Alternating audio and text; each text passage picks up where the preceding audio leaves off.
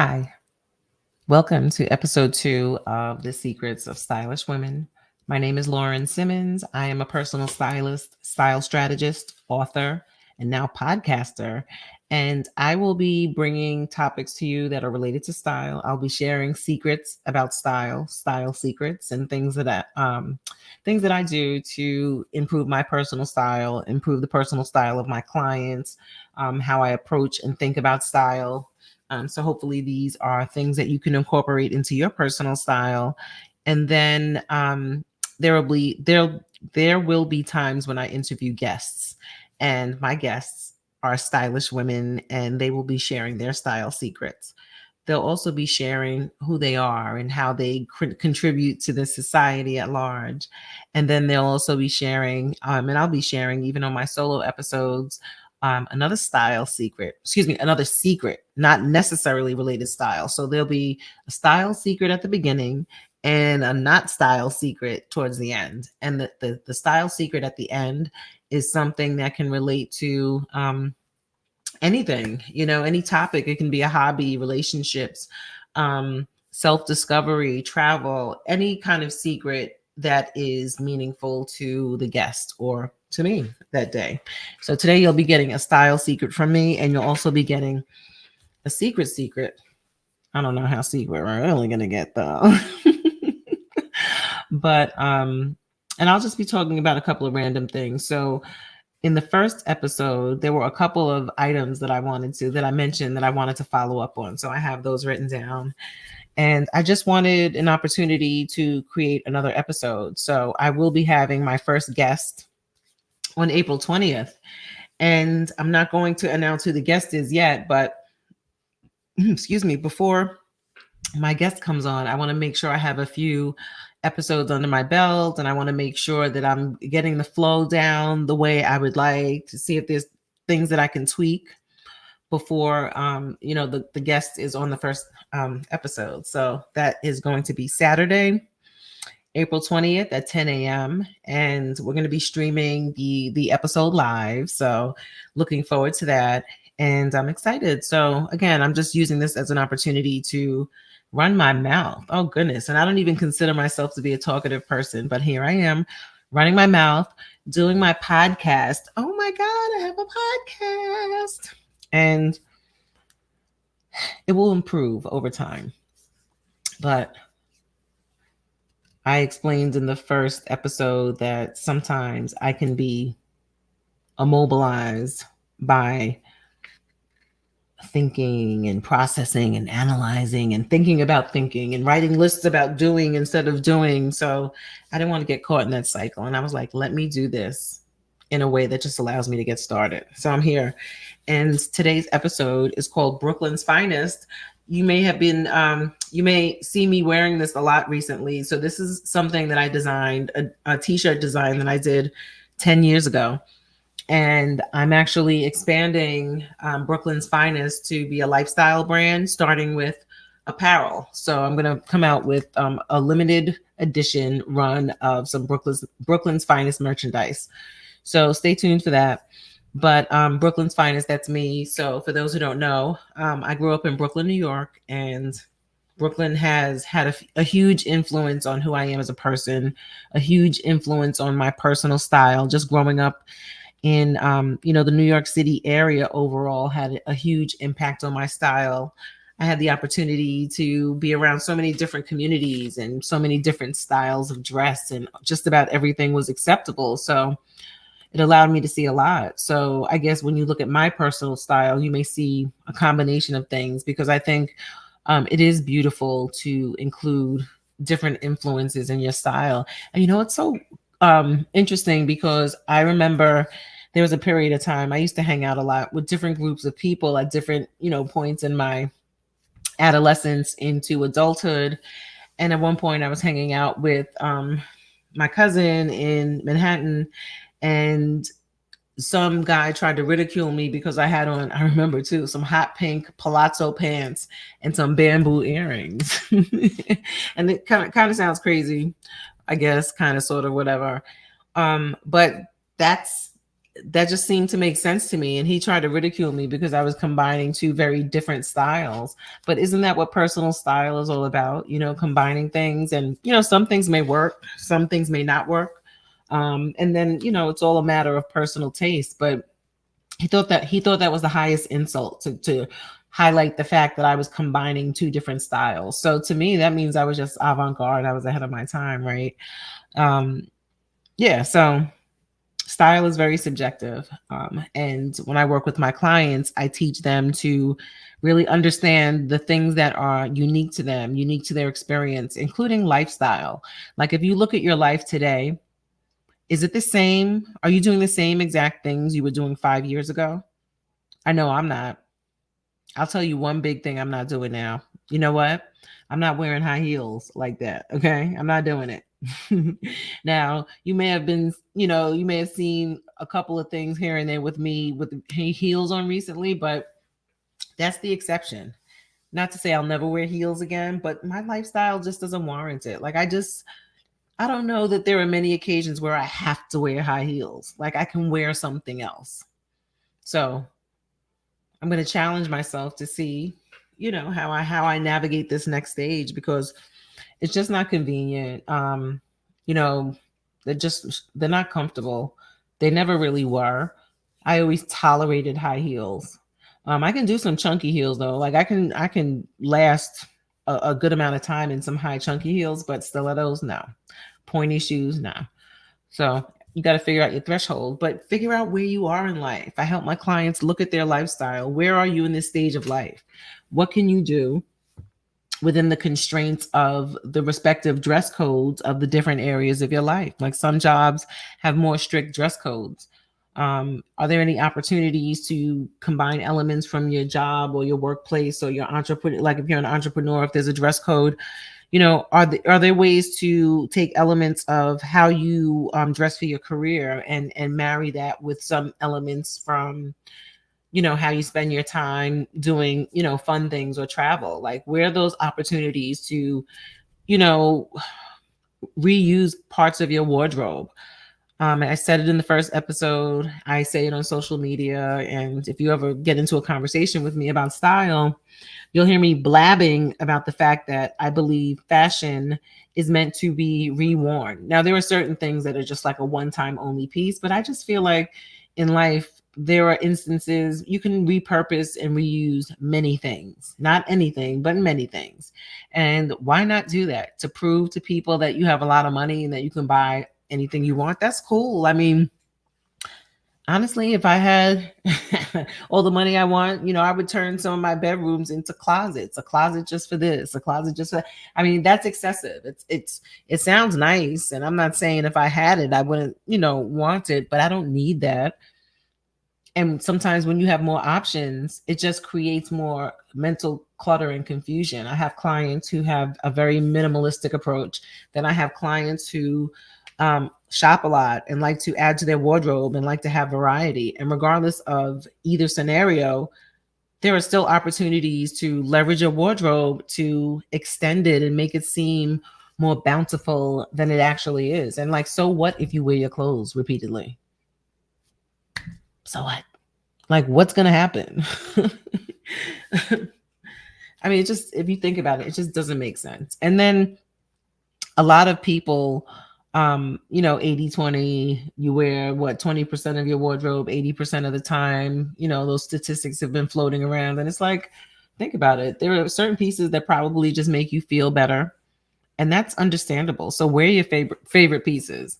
But then let's have a balance of, you know, rewearing and repurposing your clothes and getting in a style rut. One thing I tell my clients, do not buy something off a mannequin and wear it this. First of all, don't wear it the same way as the mannequin. Always add, you know, some extra flair to it, but don't wear it the same way repeatedly. If you buy a top and a bottom together, you don't have to wear it like that every single time.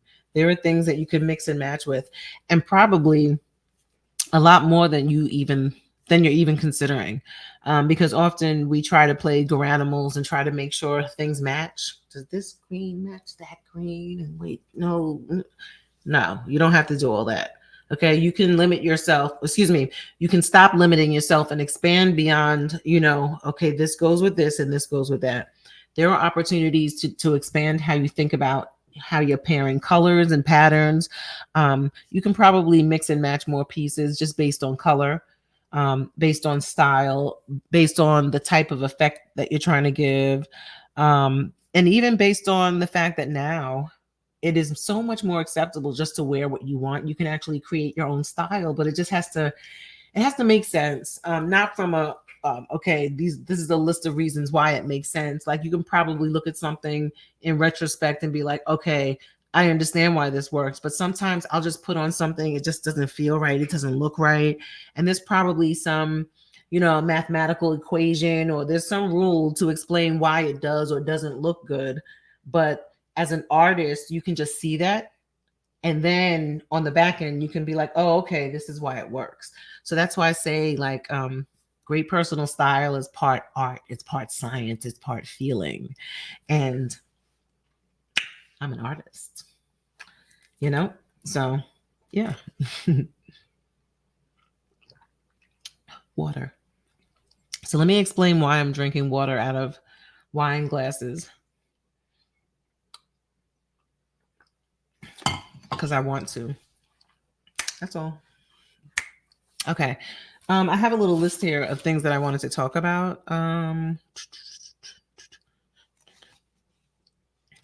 So in the first episode, I mentioned something about trends and how I don't really track trends. I don't often gravitate towards, every trend. Of course, as silhouettes change and, details change from season to season, I want to make sure that I am dressing in a way that is still modern and that my clients, I'm giving them instructions on how to, evolve and leverage their wardrobes in a way that makes sense and still looks modern.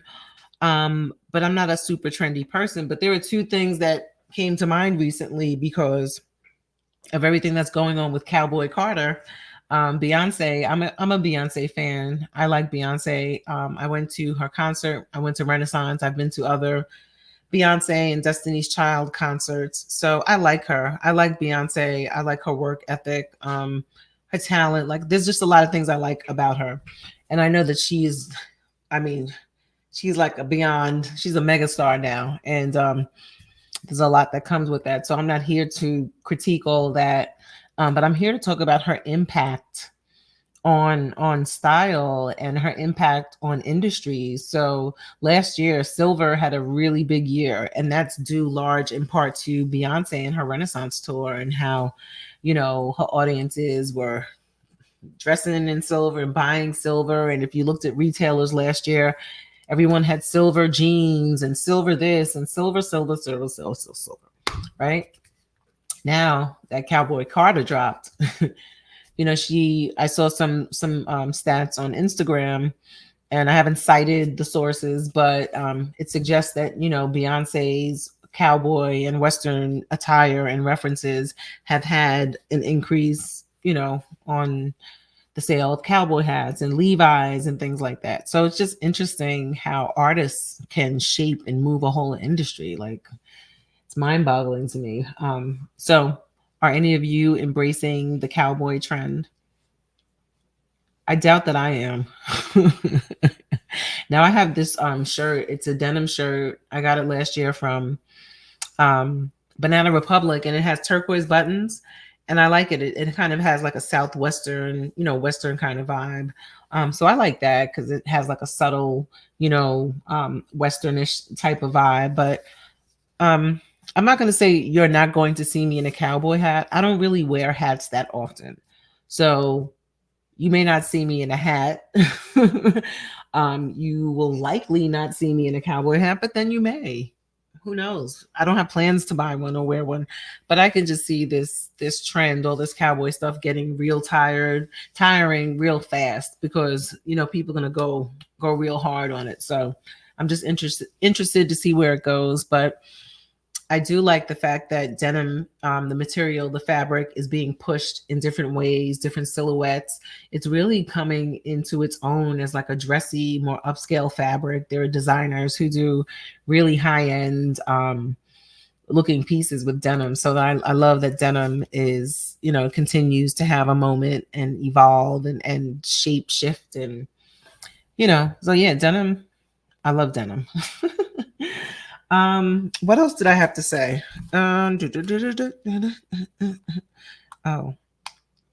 Oh, so one of the things I said in the last episode was to talk about specific ways that I've helped clients.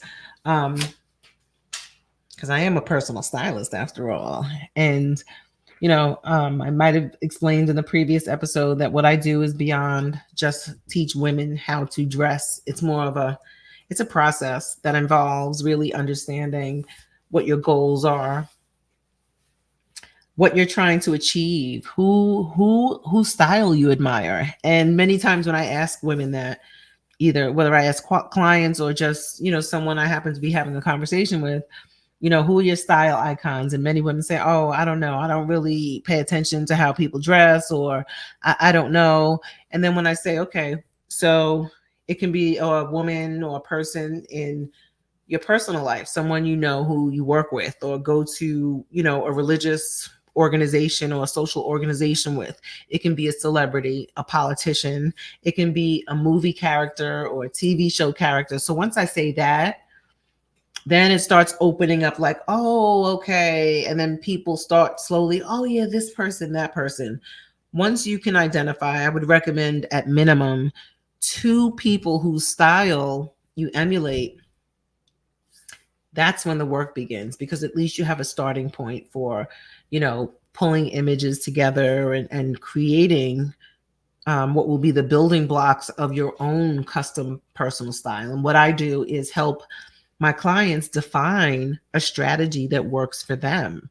So it's going to be their style strategy. It may have elements of this, that, colors from this, and vibes from that. And it may be an interesting, eclectic mix of things that just don't seem to make sense. But that's what's, so special about personal style. Generally, I try to make sure that we're remembering or thinking about symmetry. Are things even or aligned? Is that what we even want? Color, proportion, fit, intent. I know I like blazers, and a lot of my blazers, if I'm being truly honest with you, they're not very tailor fitted. And I think that like some of them are a little more structured than others, but I like ones that are just a little bit more free flowing, that they don't fit exactly, because I like a slouchy vibe. I actually like my sleeves a little longer. And I know, if you're talking about fit and the way things are supposed to fit, they shouldn't be so long, but I like more of a slouchy, comfortable vibe. But that's me. And that may work for me. But personal style is a balance of, okay, if I'm thinking from a visual perspective, if I'm thinking of what's going to work visually versus what's going to work from a comfort perspective and a lifestyle perspective, what am I trying to convey? Because look, you can say what you want to say, okay, about style, its importance, its role. If you have a choice between 2 things that are equally delicious, and one is decorated just a little more neatly and it looks, polished and pulled together, and then the other one is just sloppily iced, just the icing is just slapped on, which one would you choose? Is that superficial? I don't know. People buy with their eyes, right? And we all know just because something looks good doesn't mean it is. But in this case, it tastes good. But this one, it tastes good and it looks good. So think about your style and how you're packaging yourself. And I say it all the time, the choice is yours. If you don't think personal style is not important, ask yourself why not.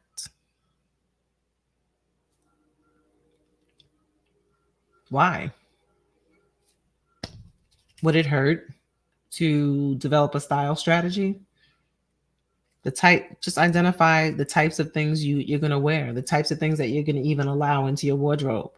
You're going to look at your closet today and be like, do these clothes, do these accessories, does this even represent who I am? Like, I am actually going through that right now. I have things that I pulled out of my closet. I'm like, I'm never wearing these. I need to let these things go. I don't even want them in here. I'm like, I don't want them. So I have to get rid of these things. But as I'm starting to let go of things, other things are coming into my life. Like right now, I feel like I'm in a very fruitful season. And I've been planting seeds for quite some time. So now I'm going to be reaping what I've been sowing. And I'm looking forward to that. You know why? Because I deserve it and I've been working for it. So, anyway, that's going somewhere else. Let me get another sip of water. Excuse me, I didn't say Pacific. It just sounds like I did. Specific ways that I've helped my clients. So, women, even men who spend time around me often wind up thinking about style in some way, shape, or form. I have a cousin, a family member. He's a cousin. He's my father's cousin, and he's 90. He's over 90 years old, and he reads my content, and he read my book, and we had a really interesting discussion about my book, Find Your Fabulous, and the strategies. And he told me how it inspired him to even, evaluate his wardrobe. He was in his upper 80s at the time. Isn't that cool? Like, I thought that was so cool because my target is women over 40. Women who are in midlife, so on and so forth. But if you think about it, a lot of the principles that I discuss, it doesn't matter how old you are. And honestly, it doesn't matter what gender you are, because it's about identifying things that work for your body and for your lifestyle and your personality. And once you figure out the right formula, getting dressed is easier. Style doesn't have to be scary. You just need a few strategies. And that's what I do when I approach an engagement with my clients. We develop based on their lifestyle and, identifying like, what are those things? What are those things? We talk and we identify those things. Like, what are those things that make you wear this or make you not want to wear that, and so on and so forth. So it becomes this interesting journey, which I love. I love it because it just underscores how important style is, because there are reasons we wear the things we wear. There are reasons. So anyway, in order to help you dress better, we, go through that and we work together, and I love the process. I love it. So identifying, your lifestyle and the things that you really want to wear, but maybe are afraid to or uncomfortable, or you don't want the spotlight. Some people don't like the spotlight, and I get it.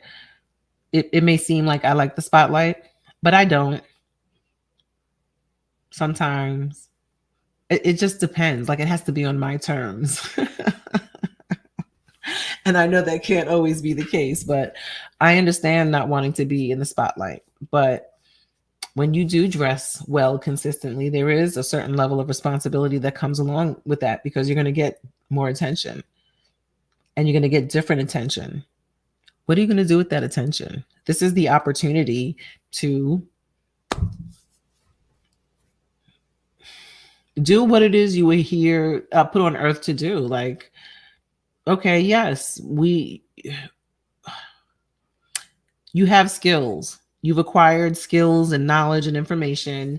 And a lot of women that I run into can run into issues with confidence or not feeling like they're sure. And it's like, this is your sign that you're worthy and that you have those gifts and you have those things that you need to continue bringing forward to the world. So lean into that and start dressing better, for real.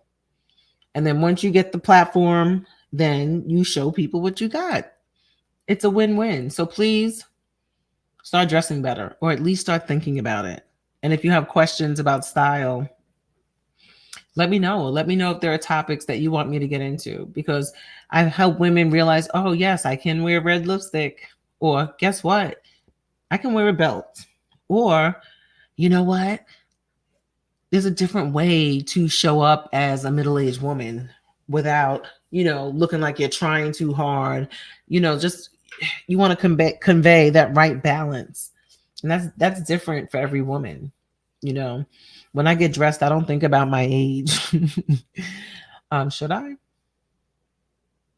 Let me know. When I get dressed, should I, Lauren Simmonds, the Fearless Fashionista, I'm 51 years old, should I consider my age when I get dressed? I don't, though. It's about how I want to look, how I feel, how the clothes look, how they fit, all these other things. But my age is not really one of those considerations. It's just how it looks. Does it look right? I don't think about that. Interesting. Okay. Yeah. So I help my clients think differently about style. And I would love to have the opportunity to talk about topics that work for you. So let me know what's working for you, or not what's working for you, but what you want to hear about. And that's about it. All right. So this is episode 2, and I'm putting up 2 and 2, which is 4, which is not what I meant to do. 2. This is episode 2, BrooQlyn's Finest. Yeah, like I said, I'm just getting practice. I'm just getting warmed up for my guest on April 20th, 10 a.m. More details to follow. Yeah. So thank you for joining. This is The Secrets of Stylish Women. Oh, did I give you some style secrets? So the first secret, I didn't even give you a style secret. Let me think of something that's really valuable to me. A style secret.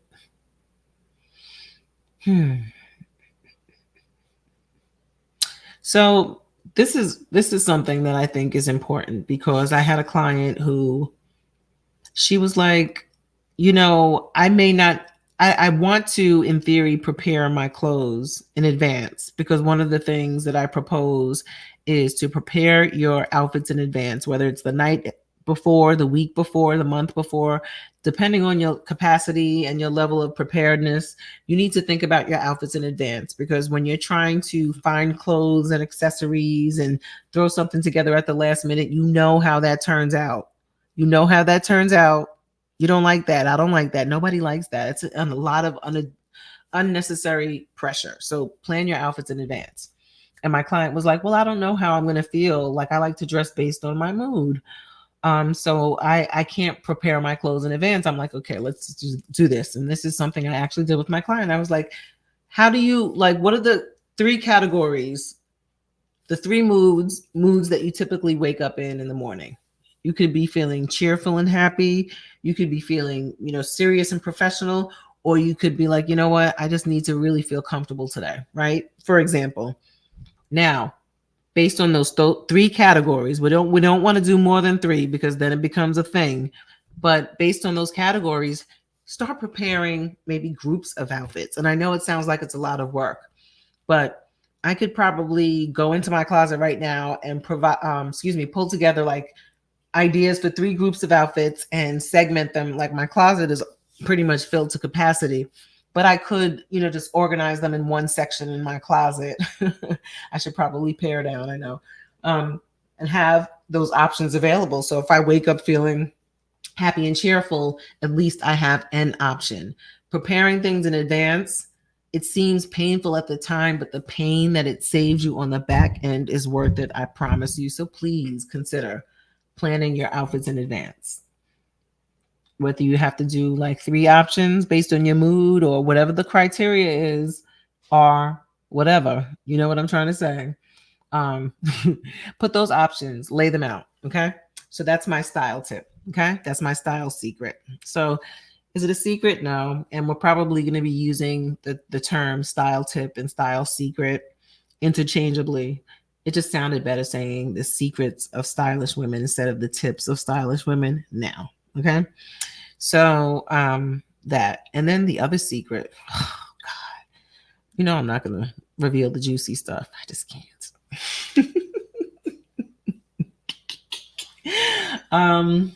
Okay. Oh boy, I should have been more prepared for this. Another secret. uh,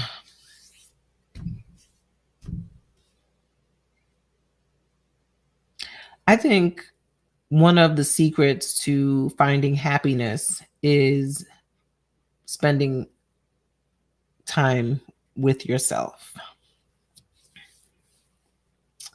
by yourself, doing things by yourself, things that you enjoy. Um, like I told someone the other day, I would like to go and see the Dean collection at the Brooklyn Museum. I forget how long it runs, but I would like to see that. And for the recent exhibits that I've gone to, I typically bring someone with me.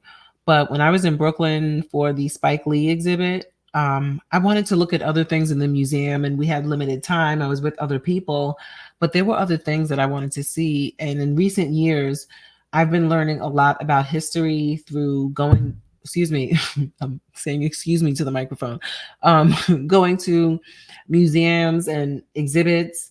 And I was in an art like a fashion program, and one of the assignments was to visit a museum and look at the exhibits and get inspiration to create a collection. And I learned so much about that. And a lot of fashion comes directly from history, and just learning all this.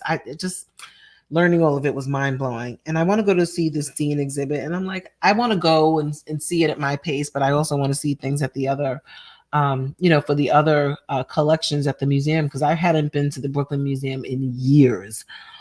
And I just want to go through at my own pace. And I just said to a friend the other day, I want to go by myself because I just want to see what I want to do, what I want to do. I want to go at my own pace. I don't want to feel like, oh, I want no. I want to do it at my pace. If I want to spend a little time here reading, that's what I'm going to do. So I'm saying all this to say that I am okay doing that at this point. I've done things by myself that I never thought I would do.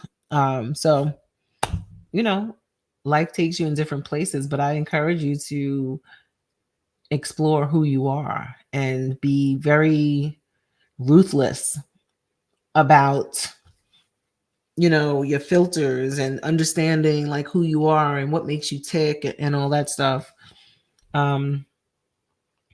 Yeah, because life is a process, and as we get older we get to see how urgent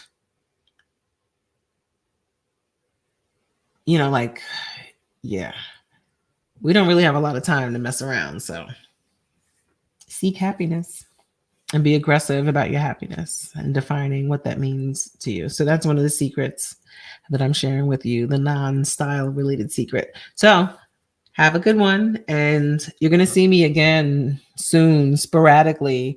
At this point, there's no rhyme or reason to how I'm releasing my episodes. I'm just getting the practice in. But I want you to go through the journey with me. So that's why I'm making this stuff available in real time. Initially, I was going to create a bank of episodes so you can go back and watch previous episodes and have like a whole library. But nope, we're doing this together. So thanks for joining me. Anyway, I'm out.